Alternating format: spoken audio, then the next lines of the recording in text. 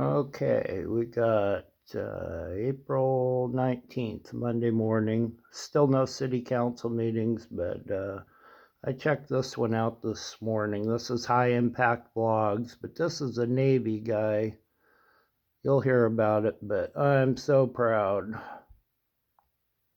Appreciate what this guy did. He stood for freedom. He stood firm for freedom and wouldn't accept anything less than freedom. So I'm going to read this article, but I have a couple of observations and questions that I think we really need to ask along the way. Emerald Isle Beach opens after protester in Navy uniform stands in the ocean.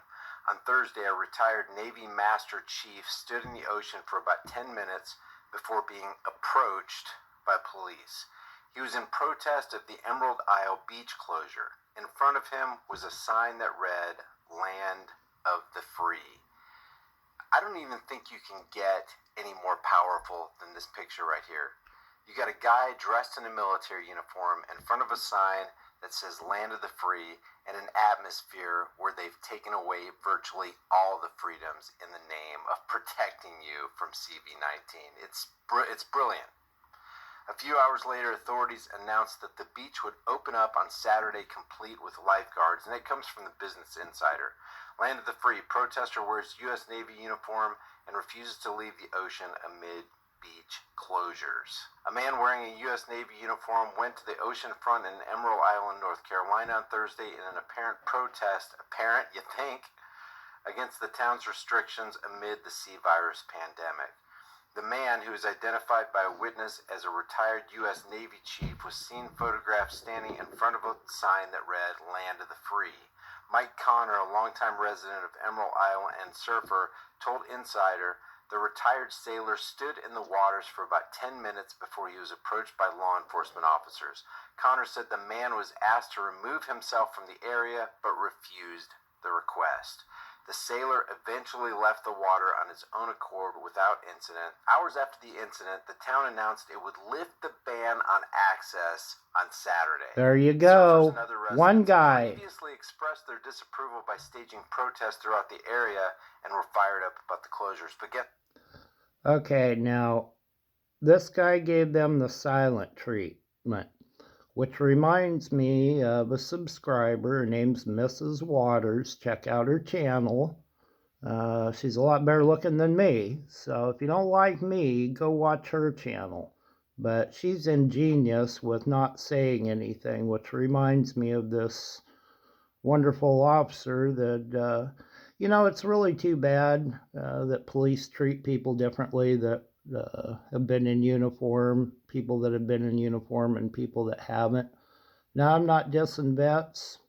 We're losing too many of them, but the point is, the point is it's supposed to be equal protection under the law. I'm great about this guy doing this, but I've seen several times. We have a guy, a Native American Indian, in our own county jail that's been there for a year because Judge Burge thinks the county wants his property. Now, if he was just an average guy, nobody'd care. But he's a Native American Indian, and he was a highly decorated Marine. So the feds are watching this over in our county, over here in Douglas County. But anyhow, back to the real story. That's what. Nothing was done when they protested.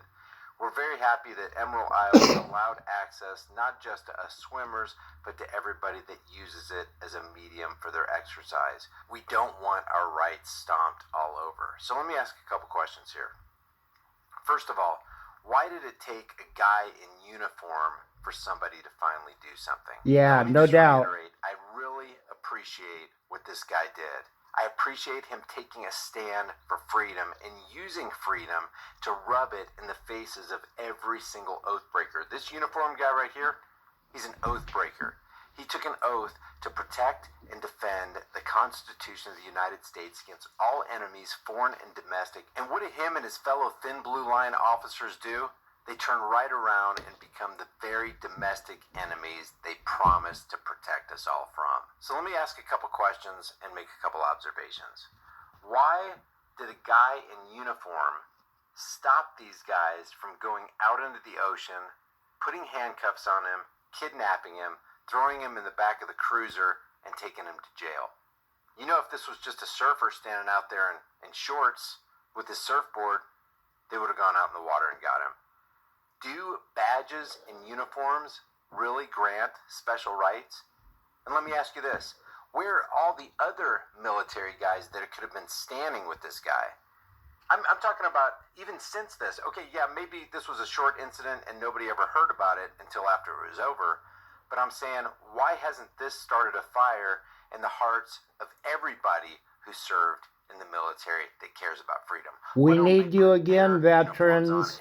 We need you again. Your country needs you. Your town needs you. Surrounded by officers. You can One see guy. right here. Emerald Isle cops pulled up in their jeeps, made a couple phone calls. Later on, a couple other cops showed. I got to ask you viewers something, and it's not that anybody out there is watching my channel. The point is if you know anybody in the military, boy, I tell you what, if ever the call has needed to go out, at least they have their uniforms. They have a card to play. We need you, vets. We love you. We don't appreciate how you've been used and abused, but gosh damn it, your country needs you. How about just here in Reedsport, Oregon, the Gravity Falls? Where are all the vets in trying to support the idea that our police wear a black and silver flag? A black and silver flag. I have not gotten any help from any vets or any other Americans in Reedsport to force these police officers to take off that black and silver flag. So don't talk to me about patriotism, Chief Matt Smart. They didn't know what to do. Let me just articulate what's going on here in case it's lost on any viewers. These cops are mentally short-circuiting at the sight of a military man in full uniform dress standing behind a sign that says "Land of the Free" on a beach that they, the oath-breaking cops, closed against the Constitution, while they also know, these cops, that they're playing the hypocrite, because what they always say is, hey, honor your servicemen. They fought, they bled, some of them died for our freedoms, and we have got to safeguard freedoms. Now they're encountering the very specter of their military-industrial complex propaganda. They say they believe land of the free, home of the brave, but they're in a catch-22 position right here mentally because they can't figure out what to do with this military guy who's rubbing their faces in the fact that they haven't honored their oath. And I gotta applaud this guy because he did it without words.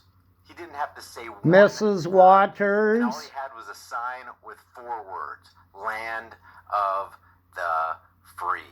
It reminds me of another 4 words. Somewhere in, I think it's in the Second Amendment. Shall not be infringed. Your rights should not be violated. And in the Fourth Amendment, shall not be violated. Rights shall not be violated for any reason. So let me ask again. Do badges and uniforms grant special rights? Where are all the other military men who could be standing with him in the ocean on the shores of every single ocean-facing state? How about the military men put on their full dress uniforms if you really care about freedom and march in the streets in your uniform and open things up? If cops are only going to listen to people in uniform, which is pitiful, because they should listen to every American who loves freedom. This shouldn't take a guy in the uniform to slap people upside the head and go, what are you doing? Why are you abridging all without rights? A word? Because mainstream media and government functionaries say that we might catch CV-19. And that's only a very, very small percentage of any population. You don't take away rights for anything, guys. And it shouldn't take a guy in a uniform standing in an ocean with a sign, land of the free, to get our rights back. No I applaud shit. what this guy did, but cops should respect rights, not uniforms. Leave your thoughts about this for the world and the Google Thought Police in the comments section below, and I'll see you guys in the next heavily censored. One guy One guy, somebody, some veteran, if you know somebody that is a veteran that lives here in our town, have them contact me. There's an email address, reedsportlegal@gmail.com. Come on, guys. We got to do something here. Our kids are not going to have any rights. Good on this guy, and light and love to everyone. We're winning this battle. This is not a doom and gloom channel. We are going to win this battle. They just haven't figured out what they're going to do with us yet. Light and love, guys. Be strong. Long live the Republic, and be oath keepers.